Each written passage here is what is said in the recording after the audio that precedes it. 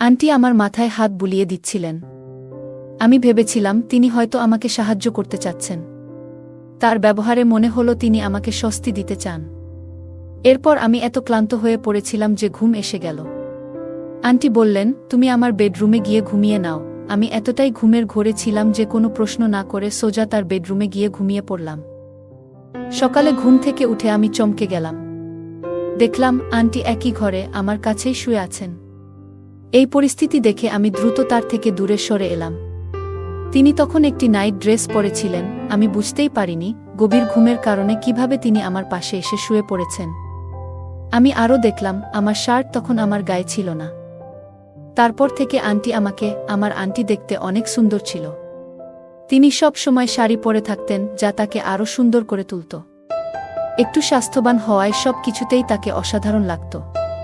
কিন্তু জানি না কেন তিনি সব সময় বাড়ির বারান্দায় নাইট ড্রেস পরে বসে থাকতেন, যা এলাকার সবাইকে ভাবিয়ে তুলত। আমার নাম রাহুল। আমি একটি মধ্যবিত্ত পরিবারের ছেলে। আমরা শহরের এক ব্যস্ত এলাকায় বাস করতাম, যেখানে প্রতিবেশীদের জীবনযাত্রার খুঁটিনাটি প্রায় সবার জানা থাকত। আমাদের গলির সবাই একে অপরের সঙ্গে ভালো সম্পর্ক রাখত, বিশেষ করে আমাদের সামনের বাড়ির পরিবারটির সঙ্গে। সেই বাড়ির একজন মহিলা, যিনি আমার মায়ের খুব ভালো বন্ধু ছিলেন, তাকে আমি আন্টি কি বলে ডাকতাম। একদিন আমি নিজের কাজ নিয়ে খুব ব্যস্ত ছিলাম। তখনই মনে হলো যেন কেউ আমাকে লক্ষ্য করছে। আমি পেছন ফিরে দেখি সামনের বাড়ির ৩৫ বছর বয়সী সেই মহিলা আমাকে তাকিয়ে দেখছেন। তার দৃষ্টি আমার মনে এক অদ্ভুত অনুভূতির সৃষ্টি করল, যা আগে কখনো হয়নি। আমি যখন নিজের কাজকর্ম নিয়ে ব্যস্ত থাকতাম, তখন প্রায় মনে হতো কেউ আমাকে দেখছে। আমি পেছন ফিরে দেখলে বুঝতে পারতাম সামনের বাড়ির আন্টি আমায় লক্ষ্য করছেন। এটা যেন প্রতিদিনের অভ্যাসে পরিণত হয়েছিল। যখনই আমি গ্যারাজে আমার বাইকের কাজ করতাম, তখনও তিনি আমার দিকে এক দৃষ্টিতে তাকিয়ে থাকতেন। একদিন তিনি আমার পাশ দিয়ে যাওয়ার সময় বললেন, তুমি তো কখনো আমাদের বাড়িতে আসো না, একদিন এসো। কিছু জিনিস তোমার সাহায্যে পরিষ্কার করতে হবে। তার কথা শুনে আমি বেশ অবাক হলাম, কারণ তার বলার ভঙ্গি আমার কাছে অদ্ভুত লাগল। তবে আমি বিষয়টি নিয়ে বেশি ভাবিনি, কারণ তাকে দেখার পর আমি মনে মনে তার কথা অনেক ভাবতাম। কয়েকদিন পর তার কথা মতো আমি তার বাড়িতে গেলাম। তিনি আমাকে বললেন, আজকের দুধটা খুবই ভালো, তুমি কি চা খাবে? দুধ চা বানিয়ে আনব। তার বলার ধরন আমাকে বেশ বিস্মিত করল। তিনি আমাকে নানা কথায় ব্যস্ত রাখলেন এবং প্রায় 1 ঘন্টা সময় কাটালাম সেখানে। তার হাতে রান্না করা চা অনেক সুন্দর লাগছিল আমার কাছে। পরে কোনোভাবে অজুহাত দিয়ে আমি বাড়ি ফিরে এলাম। বাড়ি ফিরে তার কথাগুলো নিয়ে ভাবতে লাগলাম। তিনি কেন এমনভাবে কথা বলছিলেন তা আমার কাছে পরিষ্কার ছিল না। আমি তাকে আন্টি বলে ডাকতাম, অথচ তার আচরণ ও কথাবার্তা আমাকে একদম ভিন্ন রকম লাগছিল। যদিও আমি বিষয়টি নিয়ে বেশি চিন্তা না করে এড়িয়ে গেলাম। সেদিন বিকেলে আমি গলিতে হাঁটছিলাম। হঠাৎ সামনের বাড়ির আন্টি আমাকে ডাকলেন এবং বললেন, তোমার একটু সাহায্য দরকার। তার কথায় সাড়া দিয়ে আমি তার সঙ্গে বাড়ির ভিতরে গেলাম। ভেতরে গিয়ে দেখলাম আন্টি বেশ খোলা মনের ভঙ্গিতে আমার সঙ্গে কথা বলছেন। তখন তিনি একটি সুন্দর নাইট ড্রেস পরেছিলেন। আমি জানতে চাইলাম, কাজ কি? তিনি হেসে বললেন, বলছি, আগে বসো। আমার মনে পড়ল আন্টির স্বামী বেশিরভাগ সময় বাড়ির বাইরে থাকেন, আর তিনি বেশিরভাগ সময় বাড়িতে একা থাকেন। সেদিন আন্টি একটি আধুনিক পোশাক পরেছিলেন এবং হাসিমুখে বললেন, চা খাবে? আমি না বললে তিনি বললেন, তাহলে দুধই খাও, দুধটা খুব তাজা। আমি কিছু বলার আগেই তিনি রান্নাঘরে গেলেন দুধ এর গ্লাস আনতে। ফিরে এসে তিনি যখন দুধের গ্লাসটা আমাকে দিলেন, তখন হঠাৎ তার হাত আমার হাতে একটু ছুঁয়ে গেল। ঘটনাটি আমাকে কিছুটা অস্বস্তিতে ফেলল, তবে আমি বিষয়টি এড়িয়ে যাওয়ার চেষ্টা করলাম। কিন্তু মনে হচ্ছিল আন্টির উদ্দেশ্য আরেক রকম। তিনি হেসে বললেন, আজ তোমাকে ঠিক সময়ে গলিতে দেখলাম, তোমার সাহায্যটা খুব দরকার। আমি জিজ্ঞাসা করলাম, কি সাহায্য দরকার? তিনি বললেন, বাড়ির কিছু জিনিসপত্র অন্য একটি ঘরে নিয়ে যেতে হবে। তোমার আঙ্কেল বাড়িতে নেই, তাই তোমার সাহায্য নিতে চাই। আমি কিছুক্ষণ ভেবে বললাম, ঠিক আছে, কোথায় জিনিসগুলো? তিনি আমাকে স্টোর রুমের দিক দেখিয়ে দিলেন। সাহায্য বলতে 2টি ছোট কার্টন ছিল, যা খুব বেশি ভারীও ছিল না। এমনকি একজন মহিলা নিজেও সহজেই রাখতে পারতেন। আমি কার্টন 2টি তুলে নিয়ে তার দেখানো জায়গায় রেখে দিলাম। কাজ শেষ করে নিজের বাড়ি ফিরে যেতে চাইলাম, কিন্তু আন্টি আমার হাত ধরে বললেন, এত তাড়া কিসের? একটু বিশ্রাম নেও। তারপর চলে যেও। কিন্তু আমি আর সেখানে অপেক্ষা করলাম না। এরপরও একাধিকবার তিনি বিভিন্ন অজুহাতে আমাকে ডেকে পাঠাতেন। তার এই বারবার আমাকে ডাকার উদ্দেশ্যটা আমার কাছে পরিষ্কার ছিল না। কিন্তু যখনই আমি তার বাড়িতে যেতাম আমি লক্ষ্য করেছিলাম তিনি সব সময় সাজগোজ করে থাকতেন, যা আমাকে বেশ অবাক করত। তার মধ্যে আমার কোনো বিশেষ আগ্রহ ছিল না। আমাদের বয়সের পার্থক্যও বেশ ছিল, কিন্তু তার মধ্যে আমার প্রতি কেন এই ধরনের আগ্রহ ছিল তা আমার কাছে পুরোপুরি রহস্যই রয়ে গেল। একদিন সন্ধ্যায় কাজ শেষে বাড়ি ফিরে এসে দেখলাম দরজায় তালা। পরে জানতে পারলাম হঠাৎ করে আমাদের আত্মীয়দের বাড়িতে কিছু জরুরি ঘটনা ঘটেছে, তাই পরিবারের সবাই সেখানে চলে গিয়েছে। মা আমাদের পাশের বাড়ির আন্টির কাছে চাবি দিয়ে গেছেন। আমি দরজায় নক করতেই আন্টি সঙ্গে সঙ্গে বেরিয়ে এলেন। তিনি বললেন, তোমার মা আমাকে চাবি দিয়ে গেছেন, তুমি চাইলে একটু সময় আমাদের বাড়িতে কাটাতে পারো। আমি তো একা আছি। আমি বললাম, চাবি দিন, আমি আমার ঘরে যাব। কিন্তু তিনি বারবার বলছিলেন, একা ঘরে গিয়ে কি করবে, একটু আমার এখানে বসো। আমিও তো একা আছি এই বাড়িতে, আমাকেও ভালো লাগছে না। তাই তুমি কিছুক্ষণ এখানে থাকলে আমরা বসে একটু গল্প করাতাম, তাতে হয়তো একটু ভালো সময় কাটানো যেত। একা একা এই বাড়িতে আমি বোর হয়ে যাচ্ছি। তার 3 বার বলার পর আমি আর না করতে পারলাম না। তার কথামতো তার বাড়িতে ঢুকলাম। ভেতরে ঢুকেই তিনি এক গ্লাস পানি এনে আমার সামনে রাখলেন। তারপর বললেন, তোমাকে খুব ক্লান্ত দেখাচ্ছে। তিনি আমার ব্যাগটা তুলে সাইডে রেখে দিলেন। আন্টির আচরণে আমি একটু অবাক হচ্ছিলাম। এমন যত্ন সাধারণত মানুষ খুব কাছের কারো জন্যই করে। তার কিছুক্ষণ পর তিনি আমার সামনে খাবার এনে দিলেন। আমি ঘড়ির দিকে তাকিয়ে দেখলাম রাত 10টা বাজে। খিদে পেয়েছিল, তাই খাবার খেয়ে নিলাম। আন্টির এই যত্ন করার ধরন আমাকে বেশ ভালো লাগছিল। আগে কখনো এমন মনোভাব তার মধ্যে দেখিনি। সন্ধ্যায় খেতে বসার সময় আন্টি আমার সামনে বসেছিলেন। খেতে খেতে আমার দৃষ্টি বারবার তার দিকে চলে যাচ্ছিল। আমি লক্ষ্য করলাম তিনিও মাঝে মাঝে আমার দিকে তাকাচ্ছেন। খাওয়ার পর তিনি বললেন, তোমার পরিবারের কেউ এখনো ফিরে আসেনি, তাই আজ রাতে আমার বাড়িতেই থেকে যাও।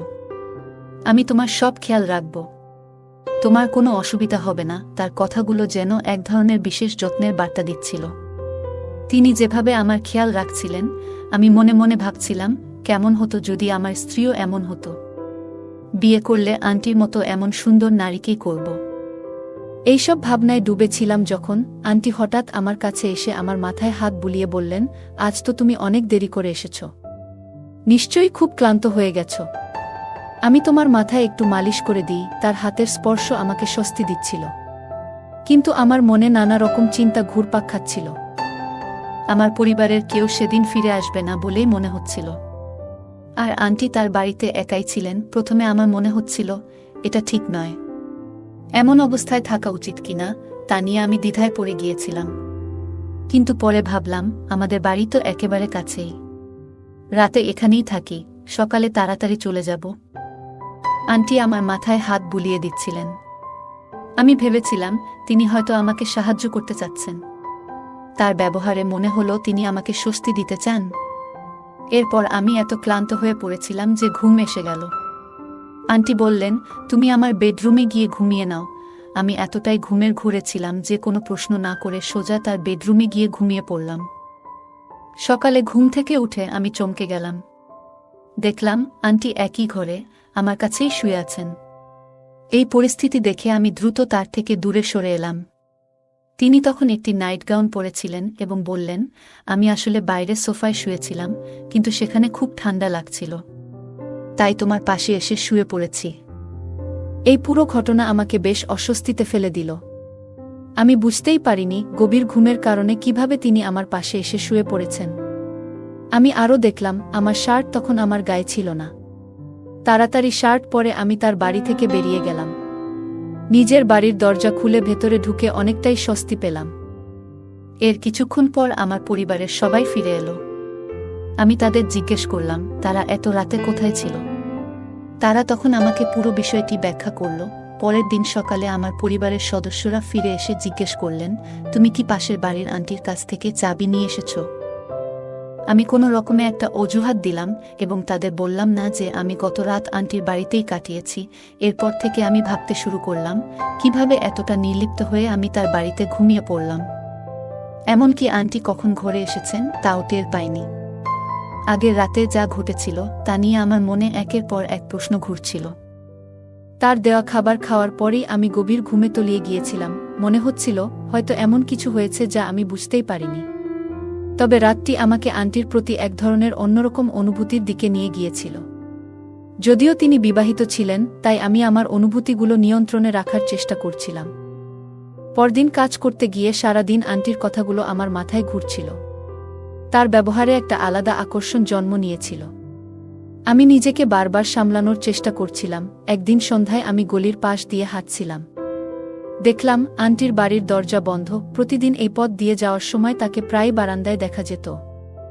তিনি সুন্দর করে সাজগোজ করে বারান্দায় বসে থাকতেন, কিন্তু সেদিন তাকে কোথাও দেখা গেল না। এই পরিস্থিতি আমাকে আবার ভাবনায় ফেলে দিল। বারবার তার কথা আমার মনে হচ্ছিল। সেদিন সকালে আমি প্রতিদিনের মতো বাইরে বের হয়েছিলাম। আন্টিকে সাধারণত বারান্দায় দেখা যেত, কিন্তু সেদিন তাকে কোথাও দেখা গেল না। আমি একটু উদ্বিগ্ন হয়ে তার বাড়ির দিকে এগোলাম। তার দেখা না পেয়ে মনে কেমন এক অদ্ভুত অস্থিরতা কাজ করছিল। তার বাড়ির দরজার কাছে গিয়ে ভেতর থেকে মানুষের কথোপকথনের শব্দ শুনলাম। মনে হলো হয়তো তার বাড়িতে কেউ এসেছে। তাই আর বিরক্ত না করে আমি নিজের বাড়িতে ফিরে এলাম, কিন্তু সারা দিন তার কথা আমার মাথা থেকে সরছিল না। মনে হচ্ছিল তাকে একবার দেখার খুব প্রয়োজন। এই চিন্তায় বারবার মন উতলা হচ্ছিল। তবে আমি নিজেকে শান্ত রাখার চেষ্টা করছিলাম। সন্ধ্যা পর্যন্ত আমি অপেক্ষা করলাম, কিন্তু আন্টি বাড়ি থেকে বের হলেন না। তখন আমি বাড়ির দিকে যেতে থাকি। ঠিক সেই সময় আমার ভাই গলির মোড়ে দেখা করে। তাকে দেখে আমি অবাক হয়ে জিজ্ঞেস করলাম, তুমি এখানে কি করছো? আজ কলেজে গেলে না? ভাই বলল, তোমাকে সব বলবো, আগে বাড়ি চলো। খুব ক্ষুধা পেয়েছে। আমরা দুজন একসঙ্গে বাড়িতে ফিরে এলাম। তখন সন্ধ্যা ঘনিয়ে এসেছে। আমরা একসঙ্গে রাতের খাবার খেলাম। ভাইকে বেশ ক্লান্ত দেখাচ্ছিল। এভাবেই দিনটি কেটে গেল। রাতে আমরা একসঙ্গে খাওয়া দাওয়ার পর যার যার ঘরে চলে গেলাম। তবে আমার মনের ভেতর আন্টির কথা যেন থেকে থেকেই ঘুরছিল। সেদিন রাতে আমার ছোট ভাই ঘুমিয়ে পড়েছিল, কিন্তু আমি কিছুতেই ঘুমাতে পারছিলাম না। হঠাৎ দেখলাম ভাই বিছানা থেকে উঠে হাঁটতে শুরু করেছে। আমি তাকে ডাকলাম, কিন্তু সে কোনো সাড়া দিল না। বুঝতে পারলাম সে ঘুমের মধ্যেই হাঁটছে। আমি দ্রুত তাকে ধরে আবার বিছানায় শুইয়ে দিলাম। পরের দিন আমি ঠিক করলাম, যে করেই হোক আজ আন্টির সঙ্গে দেখা করব। তাকে না দেখলে আমার অস্থিরতা কমবে না। দুপুরে যখন বাইরে বের হলাম, তখন হঠাৎ আন্টিকে দেখলাম। তিনি একটি দারুণ সুন্দর পোশাক পরেছিলেন, যা তাকে আরও আকর্ষণীয় লাগাচ্ছিল। আমি তার সঙ্গে কথা বলতে যাচ্ছিলাম, ঠিক তখনই তিনি বললেন, তোমার একটু সাহায্য দরকার, তুমি কি আমার সঙ্গে যাবে? তার সাহায্যের ধরন আমার কাছে কিছুটা পরিষ্কার ছিল। আমি এক মুহূর্ত না ভেবে বললাম, হ্যাঁ অবশ্যই। আন্টি বললেন, আমাকে তোমার সঙ্গে বাইরে যেতে হবে। আমি সম্মতি জানালাম। কিছুক্ষণ পর তিনি পুরোপুরি প্রস্তুত হয়ে এলেন। তাকে দেখে আমি মুগ্ধ হয়ে গেলাম। তিনি সত্যিই খুব সুন্দর লাগছিলেন। আন্টি আমার বাইকের পেছনে বসলেন, আর আমরা রওনা হলাম। তখন তিনি একটি সুন্দর শাড়ি পরেছিলেন, যাতে তাকে আরও সুন্দর লাগছিল। কিছুক্ষণের মধ্যেই আমরা সেই জায়গায় পৌঁছালাম যেখানে তিনি যেতে চেয়েছিলেন। জায়গাটি দেখে আমি কিছুটা অবাক হয়ে তাকে জিজ্ঞেস করলাম, তুমি আমাকে এখানে কেন আনলে? সেদিন আন্টি বললেন, এই জায়গায় আমার কিছু জমি আছে। তারপর তিনি বললেন, আমার এক বান্ধবীর একটি ফ্ল্যাট এখানে রয়েছে। ফ্ল্যাটের কথা শুনে আমার মনে কেমন একটা উত্তেজনা কাজ করল। মনে হলো আজ হয়তো আমার ভাবনার কিছুটা বাস্তবায়ন হতে পারে। আমি তার পেছন পেছন হাঁটতে লাগলাম। গলির এক কোণে ফ্ল্যাটটি ছিল। তিনি ভেতরে ঢুকলেন, আর আমি তাকে অনুসরণ করলাম। ভেতরে কয়েকটি ছোট ছোট ঘর ছিল। তিনি একটি ঘরের দরজা খুললেন, যেখানে একটি মাত্র বিছানা রাখা ছিল। ঘরের পরিবেশ দেখে মনে হলো এখানে কেউ নিয়মিত আসে না। আন্টি বিছানায় গিয়ে বসলেন। আমি তার পাশেই বসে পড়লাম। চারপাশের সবকিছু আমার দৃষ্টির বাইরে ছিল। আমার সমস্ত মনোযোগ ছিল শুধু তার দিকে। আন্টির কথা ছাড়া তখন আমার মনে আর কোনো ভাবনা আর ছিল না। ঠিক তখনই হঠাৎ ঘরের ভেতরে 4-5 জন লোক ঢুকে পড়ল। তাদের একজনের হাতে একটি ক্যামেরা ছিল, আর ঘরের লাইটগুলো হঠাৎ করে উজ্জ্বল হয়ে উঠল। আমি ভয়ে একদম স্থির হয়ে গেলাম। আমি দ্রুত আন্টির দিকে ফিরে জিজ্ঞেস করলাম, এটা কি হচ্ছে? কিন্তু তিনি কোনো উত্তর দিলেন না। এর মধ্যেই আরেকজন মহিলা ঘরে ঢুকলেন এবং আমার পাশে বসে পড়লেন। আমার দুপাশে দুইজন মহিলা আর তাদের সঙ্গে থাকা লোকগুলোকে দেখে আমি আরও আতঙ্কিত হয়ে গেলাম। আমি আবার জিজ্ঞেস করলাম, তোমরা কি করতে চাও? তাদের মধ্যে একজন বলল, তুমি যতই চিৎকার করো না কেন, এই ঘর থেকে তোমার আওয়াজ বাইরে যাবে না। তখনই বুঝতে পারলাম পরিস্থিতি আমার জন্য ভালো নয়। এর মধ্যে একজন লোক পকেট থেকে একটি অস্ত্র বের করল।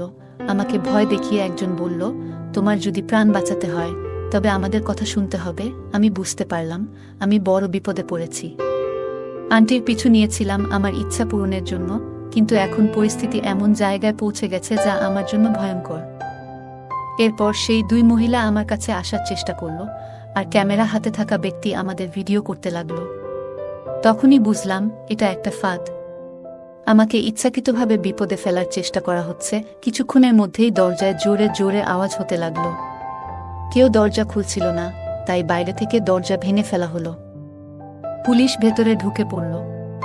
তাদের দেখে আমার প্রাণে যেন প্রাণ ফিরে এলো। পুলিশের উপস্থিতিতে সবাই আতঙ্কিত হয়ে পড়ল। পুলিশ তাদের সবাইকে গ্রেপ্তার করল। পরে জানতে পারলাম এটি সম্ভব হয়েছে আমার ভাইয়ের জন্য। যখন আমি বাড়ি থেকে বেরিয়েছিলাম তখন আমার ভাই আমাকে নজরে রেখেছিল। পরে সে আমাকে বলল, আমি অনেক দিন ধরে তোমার কার্যকলাপ লক্ষ্য করছিলাম। আন্টির বাড়িতে অনেক অপরিচিত পুরুষ যাতায়াত করত। প্রথমে শুধু সন্দেহ ছিল, কিন্তু সেটা প্রমাণের জন্য কিছু করা সম্ভব ছিল না। সেদিন যখন আমি আন্টির সঙ্গে বেরিয়েছিলাম তখন সে আমার পিছু নিয়েছিল। সে আমাদের পুরো পথ অনুসরণ করেছিল এবং যখন দেখল 4 জন পুরুষ ও একজন মহিলা ফ্ল্যাটে প্রবেশ করল, তখন সে দ্রুত পুলিশে খবর দেয়া। পুলিশকে ফোন করে ডাকা হয়েছিল, কারণ বোঝা গিয়েছিল যে কিছু একটা ভয়ঙ্কর ঘটনা ঘটতে চলেছে।